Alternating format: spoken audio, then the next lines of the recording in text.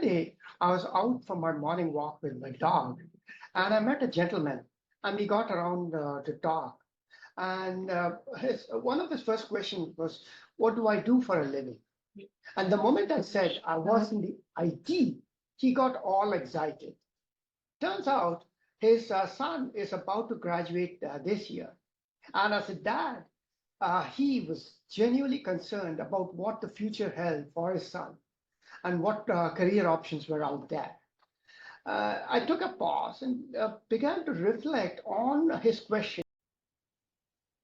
That dad's question made me really reflect on the state of IT and the fact that we get diverging news from different sources about the IT industry, about the hiring, jobs, and the job prospects. Of course, the fact remains the rich companies, the Wipro, Infosys, TCS, and the really large software services companies, including Accenture and IBM, are the biggest hirers. For example, TCS continues to be hiring and has just announced that they are going to be hiring freshers this year. Wipro, Infosys are kind of sitting on the fence, although I'm suspecting they will begin hiring freshers. So that is one big career option, what we call the FAANG, right? The Facebook, Amazon, Apple, Google, these Microsoft, these elite tech companies, and the hiring of these for these jobs is highly selective. They go to the top tier one universities and colleges and have a really small percentage of people. But if you can crack the interview, you got it made. Because that is kind of where the real big bucks and big money is. And despite what the media says, that they are laying off people around the world, 5,000, 10,000 people each, the fact is they are cutting costs, which means these big tech companies are laying off people in the West, in high-cost countries, and will selectively continue to hire in India.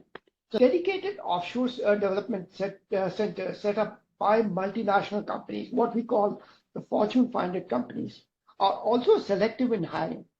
But these companies provide a great work-life balance. You get to work for one of these multinationals in their offshore delivery center and work alongside their service providers, maybe from Wipro, TCS, or Infosys.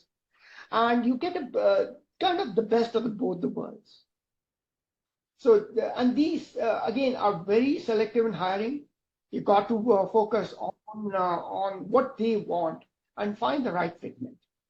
Of course, the long tail of hiring is the smaller services companies, the startups, the venture-funded startups, and the startups that are aspiring to become software services companies.